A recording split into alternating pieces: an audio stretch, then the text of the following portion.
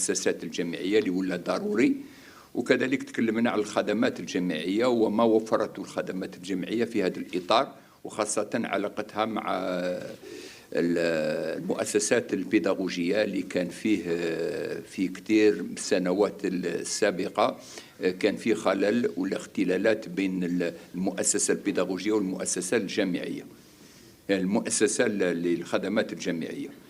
هذا بصفة عامة حوصلة على ما قدم صباح اليوم، وكان فيه اللقاءات في اليوم كذلك على أمور أخرى، ونخرج بتوصيات لهذه الندوة الوطنية للجامعات. تفضلوا أسئلة. وي.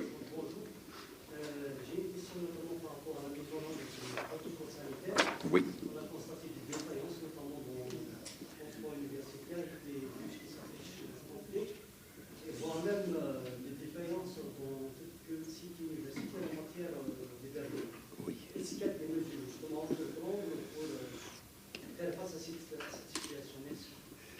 Concernant le transport universitaire, nous avons mis en place un protocole qui est précis. Nous ne devons pas prendre plus de 25 étudiants par bus. Et nous devons respecter les 6 mètres d'espace qui sont réservés à l'étudiant. Donc là, maintenant, nous ne pouvons pas généraliser. Nous-mêmes, on est en train de suivre. D'ailleurs, c'est pour cette raison que nous avons demandé aux représentants des étudiants et même des enseignants et des travailleurs de nous alerter là où il y a un problème. Il faut savoir que nous avons quand même un secteur qui est très vaste. Nous avons 1 650 000 étudiants. Nous avons 109 établissements universitaires représentés sur 48 wilayas. Nous avons 66 directions des œuvres universitaires avec plus de 400 résidences universitaires à travers le pays. Donc vous voyez que l'opération n'est pas facile. Et donc nous avons besoin d'être alertés, nous avons besoin d'être interpellés chaque fois où il y a une défaillance quelque part. Parce que si on voit en termes de transport, nous avons les conditions et les moyens, puisque nous avons respecté le principe du protocole et qui nous impose en fin de compte une présence d'1 tiers des étudiants. Donc nous avons la présence d'1 tiers des étudiants en cité universitaire, en résidence universitaire. Et dans le transport, c'est la moitié. Donc quand un bus prend 50, on prend 25. Donc là, nous avons, c'est le protocole sur lequel nous avons réglé, c'est-à-dire adopté par le ministère de la Santé, et nous sommes en train de le suivre. Mais il ne faut pas généraliser parce qu'il y a des établissements qui sont aux normes. On a envoyé des inspections, nous avons vérifié. Maintenant, il y a des dépassements et nous avons demandé aussi à ce que la communauté universitaire soit sensibilisée. Parce que le protocole, c'est l'affaire de tous. Le protocole, ce n'est pas l'affaire que des responsables. C'est l'affaire de l'étudiant, de l'enseignant, du travailleur, de tout un chacun qui est actif au sein et de l'université ou du secteur des œuvres universitaires. Fadli, madame.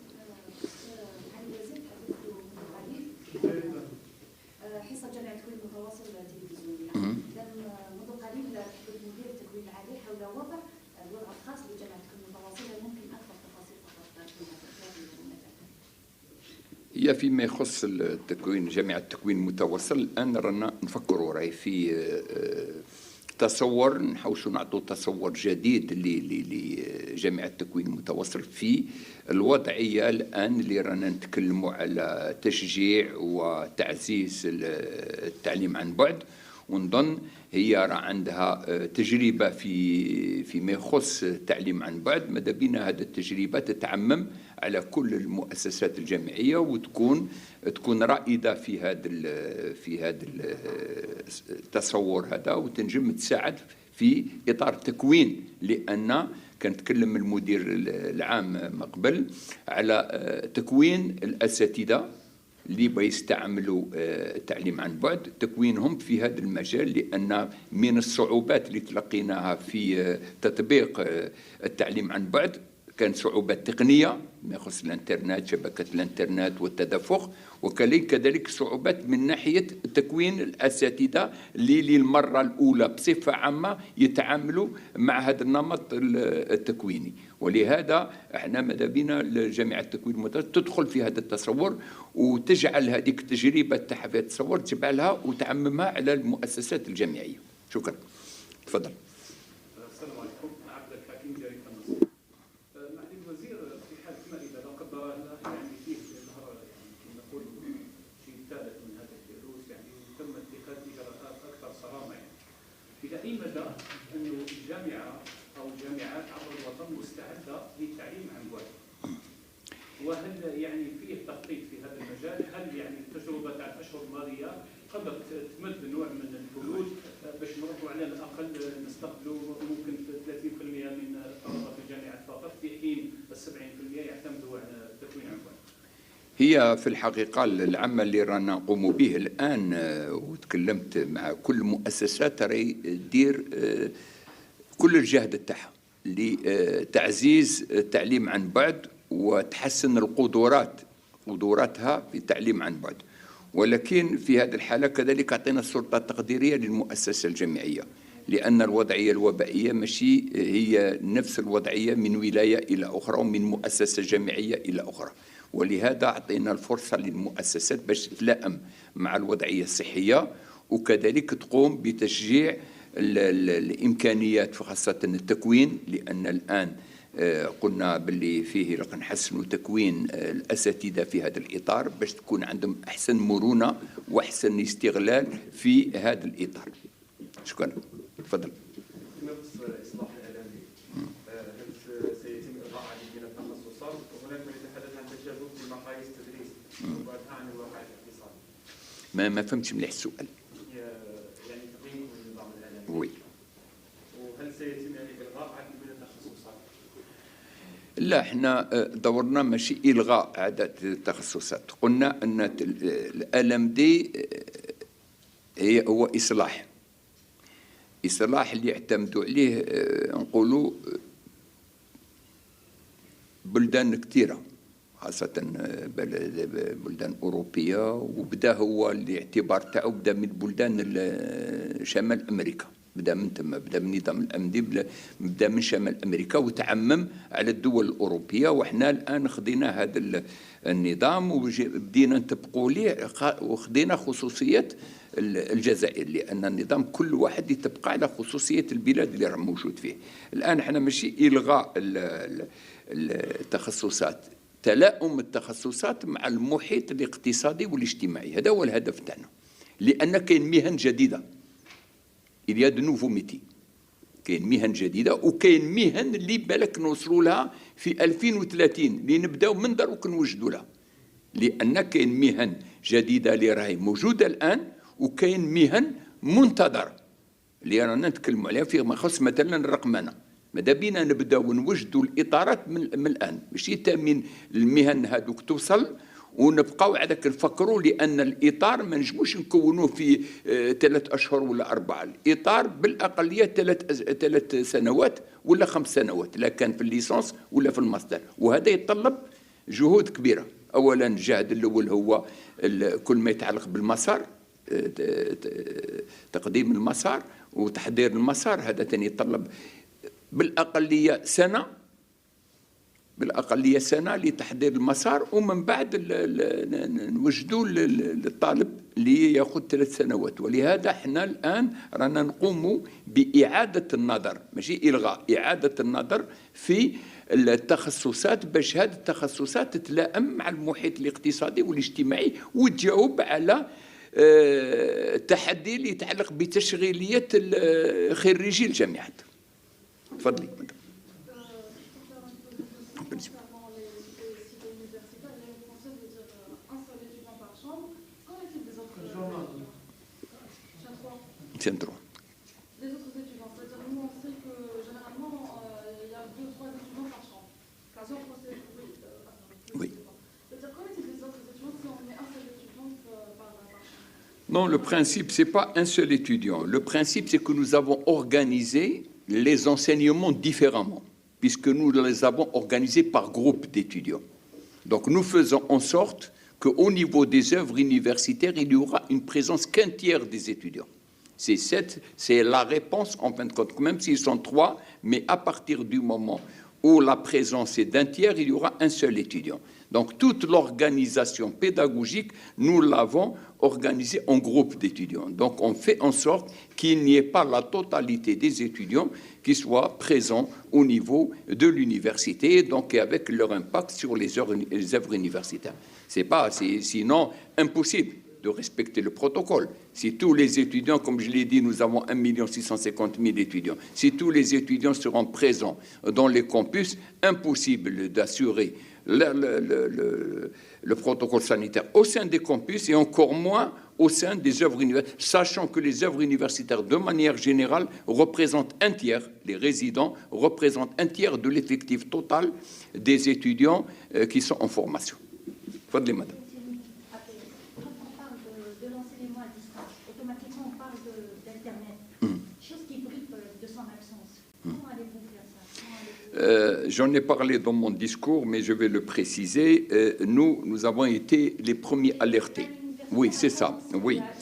Nous avons été alertés au moment où nous avons fait l'évaluation du LMD, l'évaluation de l'enseignement à distance. Quand on a fait l'évaluation d'enseignement à distance, on a constaté qu'il y avait un problème au niveau de l'interactivité enseignant-étudiant. Ce problème d'interactivité, c'est-à-dire, était généré par un problème de formation des enseignants, mais c'est une chose que nous avons pris en charge, puisque les enseignants sont en train de former sur des cycles courts pour pouvoir s'adapter à l'enseignement à distance. Et nous avons eu le problème du réseau Internet et du débit. Parce qu'il n'y a pas que le débit. Il y a le débit et le réseau Internet, c'est-à-dire l'élargissement du réseau. Donc, juste après avoir évalué ça, nous nous sommes rapprochés du ministère de la Poste et des Télécommunications. Parce que c'est avec lui que nous devons traiter la question de l'Internet et du débit.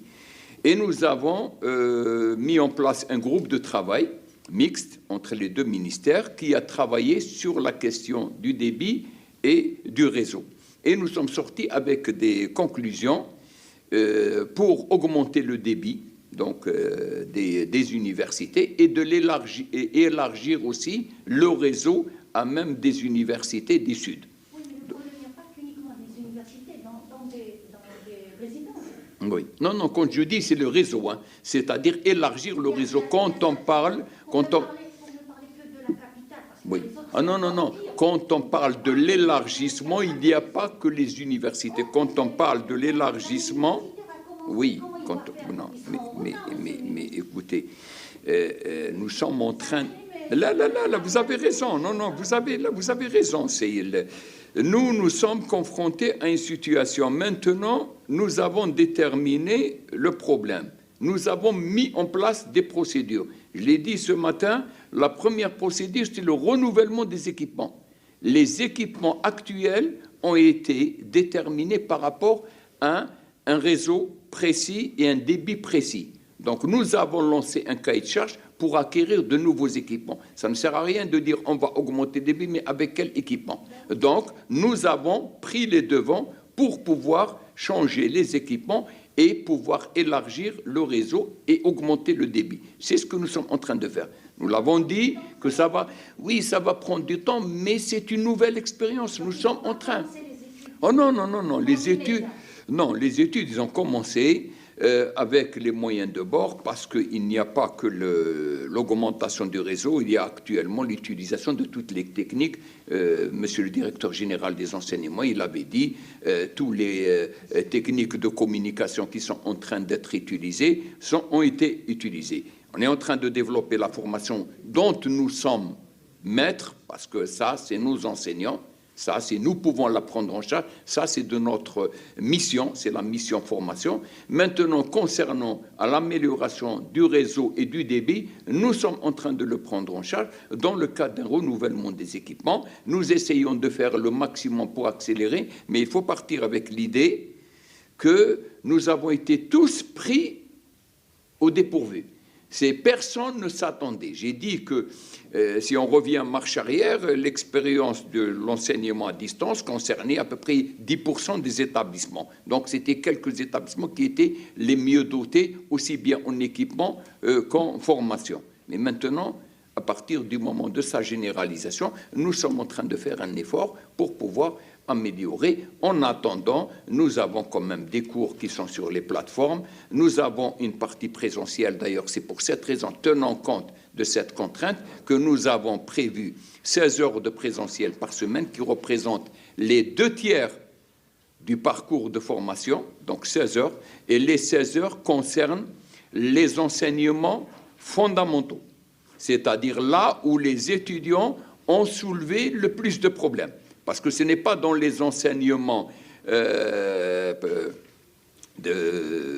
découverte ou les enseignements concernant les TIS, etc. Ce n'est pas à ce niveau que les étudiants ont posé le plus de problèmes. C'est dans les enseignements fondamentaux. Et c'est pour ça qu'on a priorisé dans l'enseignement présentiel les enseignements fondamentaux pour pouvoir garantir la qualité de la formation aux étudiants, parce que c'était aussi à leur demande.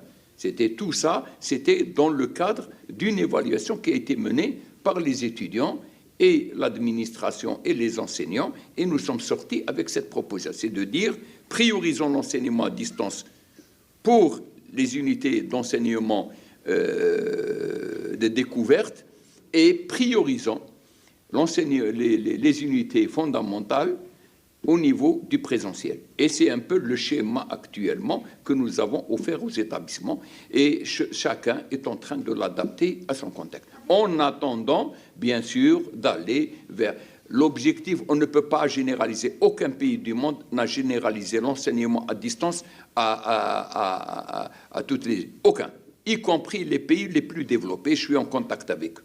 J'ai travaillé avec les Canadiens, j'ai travaillé avec les Américains, même avec les Européens. Aucun pays n'a généralisé à 100% l'enseignement à distance parce que l'enseignement à distance reste encore quelque chose de nouveau, même si certains pays ont 10 ans de plus que nous ou 15 ans de plus que nous. Dans nous, on découvre, pour le dire. On a commencé à le découvrir. Peut-être ça fait 2 ou 3 années ou 4 années, mais réellement sa mise en application n'a été menée au grand maximum que par 10% des établissements. Maintenant, nous le généralisons à 100% des établissements. Ce n'est pas quelque chose de facile et c'est pour ça qu'on a parlé des difficultés et on n'a pas peur de ne pas dire il y a des difficultés que nous sommes en train de prendre en charge. L'essentiel, ce n'est pas la difficulté, c'est sa prise en charge. C'est l'effort qu'est en train de faire le ministère pour prendre en charge cette difficulté. Oui, Fadal. Je vais revenir par là. Fadal. La situation des lieux universitaires, à savoir la cité des différents contenus, on constate à chaque fois qu'ils ont vu. Est-ce que cette fois-ci, monsieur le ministre, vous allez sévir pour mieux gérer les choses? Avant de sévir, il faut assainir. Et donc, on est dans la phase assainissement. Parce que pour pouvoir sévir, il faut assainir, il faut voir exactement ceux qui ont les droits, ceux qui ne l'ont pas. Donc faisons déjà un diagnostic, essayons d'assainir et pour pouvoir prendre les mesures qui s'imposent. Nous sommes dans la phase assainissement qui est une phase préparatoire à la réflexion qu'on est en train de lancer sur la révision du système global des œuvres universitaires à travers ces 4 dimensions. La dimension bourse, la dimension hébergement, restauration et transport. Fadli, madame. Oui. معالي الوزير عشية فتح الأرضية الرقمية للتسجيل في مسابقة الدكتوراه كنتم شددتم اللهجة حول الإنصاف والشفافية في هذه المسابقة. هل تعتقدون أن هذه المسابقة بمعايير جديدة وبشروط جديدة ستحدث القطيعة مع المسابقات الماضية؟ كيف كان النظام؟ كيف كانت؟ هذا الهدف تاعنا. هذا هو الهدف اللي في مسابقة هذه السنة، مسابقة 2020-2021. ولكن إلا نقولوا باللي كانت فيه تجارب إيجابية، ماشي التجربة الأولى، كانت فيه تجارب إيجابية اللي قاموا بها مؤسسات. أنا كنت رئيس مؤسسة جامعية ودرت تجربة خلال 2 سنوات والتجربة كانت إيجابية. كانت إيجابية في المؤسسات، وكانت في إطار الشفافية والإنصاف، وحتى ما كان عندنا أوكان ركور بعد وكان عندنا طلبة كثير اللي كنا نسجلوهم، اللي كانوا يسجلوا، ولكن ما كانش فيه الركور في هذا الإطار. هذا يسمح لنا باش نقولوا باللي نجموا نقوموا بهذه إذا كان في انضباط وكان فيه تنظيم محكم للمؤسسات الجامعية، نجموا نوصلوا، لأن هذه ماشي حاجة غير نقولوا ماشي حاجة جديدة لنا، نجموا نقوموا بها. المؤسسات الجامعية عندها الإمكانيات باش تقوم وتوصل إلى هذه الشفافية والإنصاف في هذا الدكتوراه، لأن لما وصلناش للشفافية والإنصاف ما نجموش نوصلوا إلى تحسين التكوين في الدكتوراه. نكتفي مشاهدينا بهذا القدر. كانت هذه ندوة صحفية لوزير التعليم العالي على هامش الندوة الوطنية للجامعات. نذهب إلى فاصل مشاهدينا ونعود